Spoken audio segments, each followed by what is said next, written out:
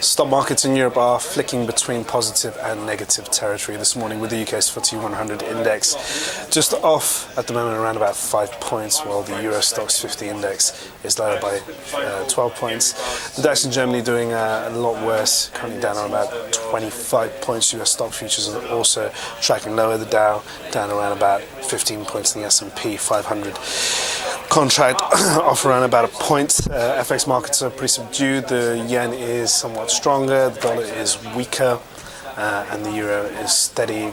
Core government bonds are flatlining. And when it comes to commodities, gold is currently down $3. Good morning, I'm Ishaq Siddiqui, and welcome to your daily market bite. I'm going to give you guys a quick idea of what's going on today. It's Friday, the best day of the week, we know that, and it's the last Friday of the month of February. So nice little wrap up of what's going on at the moment in financial markets overnight. Let's kick off with that. We had a record finish on the S&P 500. It beat its record in January, hitting 1854 in the previous session, and that was in the back of some relatively decent US corporate earnings. Not so much the fact that Janet Yellen made her second testimony, this time to the Senate Banking Committee, and she said very little fresh information in regards to monetary policy and the state of the US economy. She still continues to blame the poor weather conditions in the US as one of the fundamental reasons for why we are seeing a bit of deterioration in US economic indicators. That being said, the market is generally seeing Mrs. Yellen's comments as the Federal Reserve staying on course with its tapering measures. It's going to continue tapering. It seems like that's the case. So we're going to expect another 10 billion cut from the bond buying program in the month of March, when the Federal Reserve meet next. Going into the Asian session overnight, the two-way volatility in the yuan currency in China is continuing to haunt the market. The Chinese currency fell to another low levels that we haven't seen since May against the US dollar. At the same time, we had data out of Japan, which was somewhat mixed. Inflation data was weaker than expected, but at the same time, industrial output and retail sales were a little bit better. So Asian markets were generally weaker on the back of that.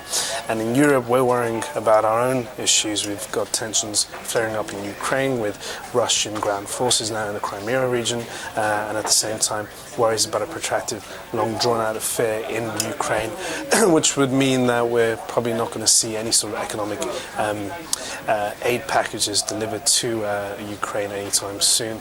Russia is withholding its aid money to Ukraine on the basis that they do not believe that the leadership which toppled Yanukovych over the weekend is legitimate, and at the same time the IMF has said that they would provide an economic aid package, but at the same time that comes with a number of conditions which will devalue the Ukrainian currency, the hryvnia.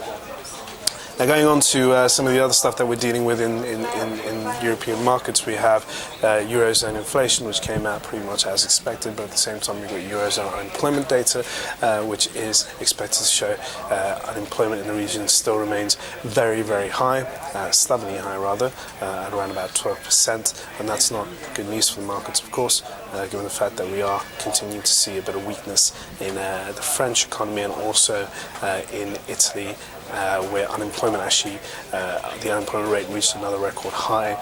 So that's very worrying for the new PM in Italy, Matteo Renzi.